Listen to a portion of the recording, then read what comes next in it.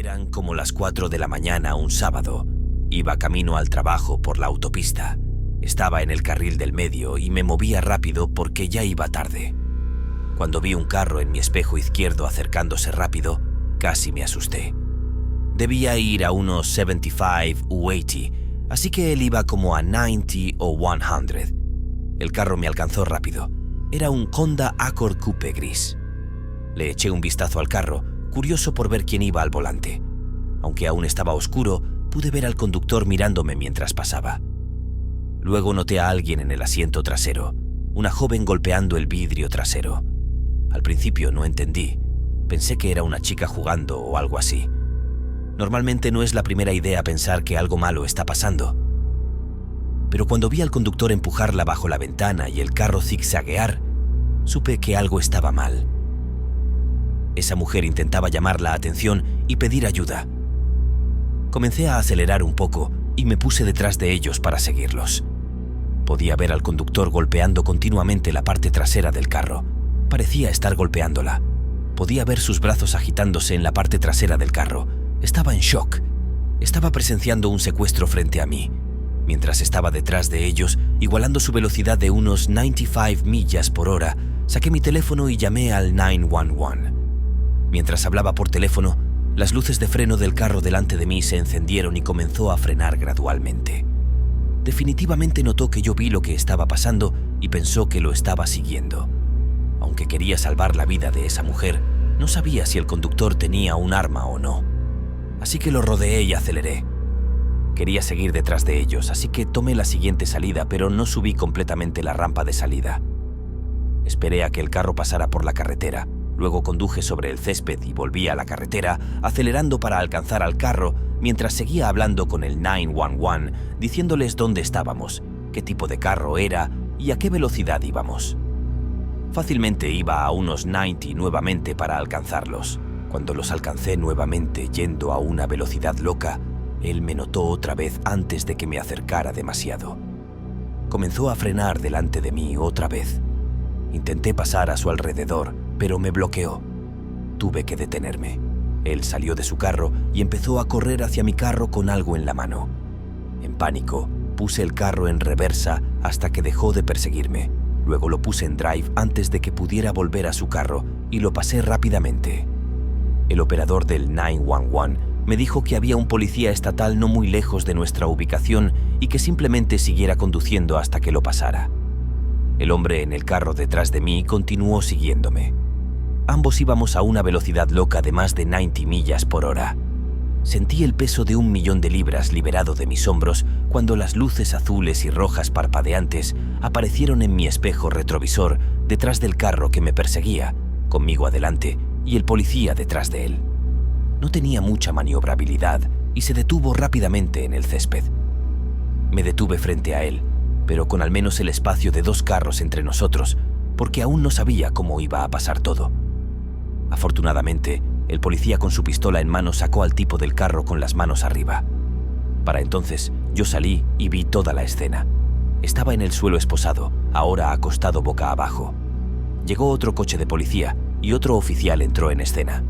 La mujer en la parte trasera del carro fue liberada. Estaba maltratada, llorando y extremadamente emocionada de ser salvada. Me agradecía mucho por salvarle la vida. El conductor del carro era su exnovio, que había ido a su casa, y cuando ella se negó a hablar con él, la atacó, la agarró y la lanzó en la parte trasera de su carro, que tenía los seguros para niños. Da miedo pensar a dónde la podría haber llevado o qué planeaba hacerle si yo o alguien más no hubiera visto cómo gritaba pidiendo ayuda en la parte trasera del carro. Hice un viaje para visitar Boston y apoyar a un familiar que estaba corriendo en el maratón de Boston. Venía manejando desde Chicago hasta Massachusetts y tuve que tomar la Ruta 20, posiblemente la carretera más larga de los Estados Unidos. No me gusta mucho volar, así que decidí empezar a manejar alrededor de las 3 de la tarde después del trabajo. Mi GPS me decía que serían 15 horas de manejo, pero conociéndome probablemente serían 14 horas. La hora estimada de llegada me decía que llegaría a las 6 de la mañana. Yo esperaba llegar a las 5 de la mañana si no hacía paradas. Soy de los que no les gusta hacer muchas paradas en viajes largos en carro, Me gusta hacer el trayecto de un jalón. La mayor parte de la Ruta 20 es tierra abierta y no hay mucho tráfico. Cerca de las 10 horas de viaje, alrededor de la 1 de la mañana, básicamente era uno de los pocos autos en la carretera. Tenía la música a todo volumen para mantenerme despierto. Estaba casi terminando, no realmente, pero era optimista. Empecé a sentirme ligeramente cansado a pesar de las 2 tazas de café que tomé. No quería detenerme por más café, así que seguí adelante. Hacerlo me haría apreciar más colapsar en una cama cuando llegara. En un momento era el único carro a la vista, luego de repente vi luces traseras en mi espejo retrovisor. Estaba en el carril izquierdo y estaba bastante cerca, así que me cambié al carril derecho. Aceleró un poco, me pasó, pero por alguna razón redujo la velocidad para igualar mi velocidad justo cuando mi parachoques delantero se alineó con su parachoques trasero. Luego igualó mi velocidad por un buen rato. Comencé a acelerar para pasarlo. Tan pronto como me puse adelante, se metió en mi carril detrás de mí, tan cerca que casi parecía que iba a golpear mi auto. No tuve más opción que acelerar aún más para quitármelo de encima. No buscaba ser víctima de un incidente de furia en la carretera, especialmente a esta hora. A medida que aceleraba, él también lo hacía. Me cambié al carril izquierdo y él también. Ahora sabía que algo no estaba bien. No podía ser un policía sin marcar. Era una vieja y desgastada camioneta pickup. La camioneta empezó a encender sus luces detrás de mí. No reduje la velocidad. Estaba realmente asustado porque nunca había experimentado algo así en la carretera. Seguí conduciendo, pisando el acelerador un poco para aumentar mi velocidad de 5 a 10 millas por hora, con la esperanza de pasar por un policía o cualquier otro carro, pero no podía ver otra fila de luces traseras hasta donde alcanzaba la vista. Solo algún carro esporádico que pasaba al otro lado de la carretera. La camioneta detrás de mí cambió de carril y aceleró. Escuché el rugido agresivo del motor de su camioneta al pasarme. Se puso delante de mí, luego comenzó a frenar. Intenté esquivarlo, pero siguió bloqueándome. Me vi obligado a pisar fuerte los frenos también. Comencé a tocar la bocina porque era lo único que podía hacer. A medida que disminuíamos la velocidad, el hombre delante de mí encendió sus luces de emergencia y comenzó a agitar el brazo por la ventana, señalándome que me detuviera al lado de la carretera. Obviamente no le hice caso. Aproveché la oportunidad para rodearlo rápidamente mientras él empezaba a pasar por el césped y luego pisé a fondo. Mi sedán fácilmente podía escapar de su camioneta, pero alcancé las 100 millas por hora y aún así no estaba muy lejos detrás de mí. Salí de la autopista en la primera salida. Me detuve en el semáforo al final de la rampa de salida sin esperar que todavía estuviera detrás de mí, pero lo estaba. Las luces de la camioneta se detuvieron detrás de mí. Luego la camioneta se detuvo junto a mí en el semáforo en rojo. Miré a mi izquierda a la camioneta y la ventana se bajó. Dentro había 3 personas. Asumo que eran hombres, usando máscaras de vendetta. Todos me miraron, tratando de asustarme, estoy seguro, pero funcionó. Me salté el semáforo en rojo hacia la carretera principal y finalmente había al menos otros autos alrededor. La camioneta finalmente dejó de seguirme en cierto punto. Tenía miedo de que me iban a matar. Fue más que solo un incidente de furia en la carretera. No obtuve el número de placa. De hecho, ni siquiera recuerdo ver una placa en esa camioneta. Todo lo que sé es que era una camioneta negra de los años 90. Después de eso, estacioné en el estacionamiento de Walmart y me quedé dormido. Desperté alrededor de las 6 y terminé el viaje. Le conté a mi familia sobre el incidente y les advertí a todos que tengan cuidado al manejar tarde en la noche. Fue una noche de martes en marzo. Regresaba de la casa de un amigo en la ciudad, un trayecto que normalmente tomaría alrededor de 1 hora con buen clima. Pero una densa niebla se había instalado en la larga y solitaria carretera después de la medianoche. Este tramo de carretera solía estar desolado, salvo por algún camión con matrículas que mostraban letras y colores desconocidos de lugares que nunca había visitado. Eran la 1 de la mañana.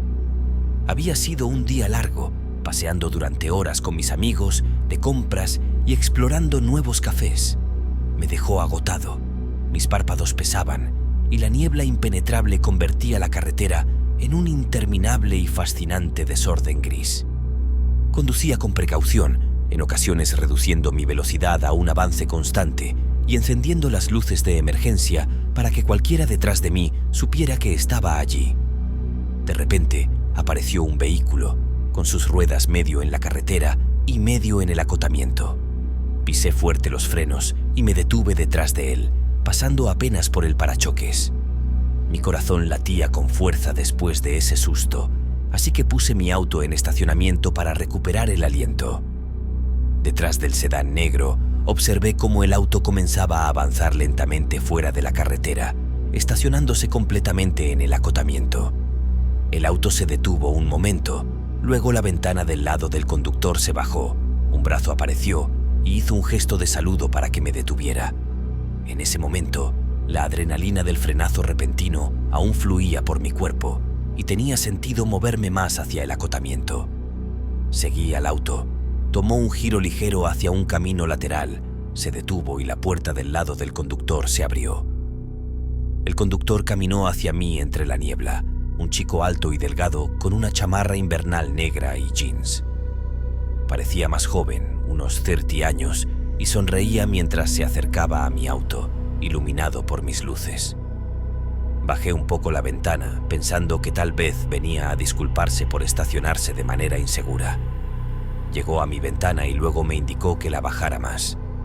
Negué con la cabeza, sintiéndome incómodo, y le dije que podría escucharlo. Me preguntó a dónde iba, y le dije que a casa. Dijo que la niebla no se disiparía en un buen rato y que no era seguro manejar en esas condiciones. Le hice saber que estaba bien con eso.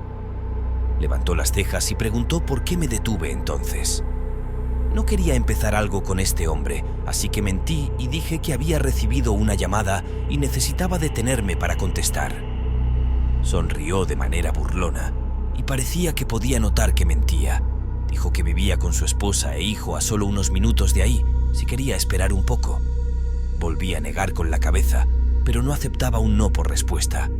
Intentó asustarme, diciendo que era 10 veces más probable que muriera en un accidente automovilístico cuando hay niebla y que me veía cansado, que realmente debería pensar en mi familia antes de volver a la carretera. Mantuve mi posición. Se estaba poniendo molesto. Comenzó a mirar hacia atrás a su auto y vi a alguien moverse en el asiento del pasajero, a quien no había visto antes. De repente, el hombre intentó abrir la manija de mi puerta, pero afortunadamente estaba cerrada. La puerta del pasajero se abrió y otro hombre corrió hacia mí con un bate de béisbol. Puse mi auto en reversa y el conductor le gritó algo mientras pisaba el acelerador. Dio un golpe a mi auto, pero por suerte no retrocedí demasiado de la carretera. Era difícil distinguir dónde terminaba esta carretera y comenzaba la autopista mientras retrocedía en la densa niebla. Giré el volante y puse mi auto en drive, rezando para que no hubiera tráfico detrás de mí. Aceleré sin mirar atrás. A menudo me pregunto cuando estoy conduciendo por ese tramo de carretera si intentaron detener a alguien más esa noche y qué me habría pasado si hubiera bajado más la ventana.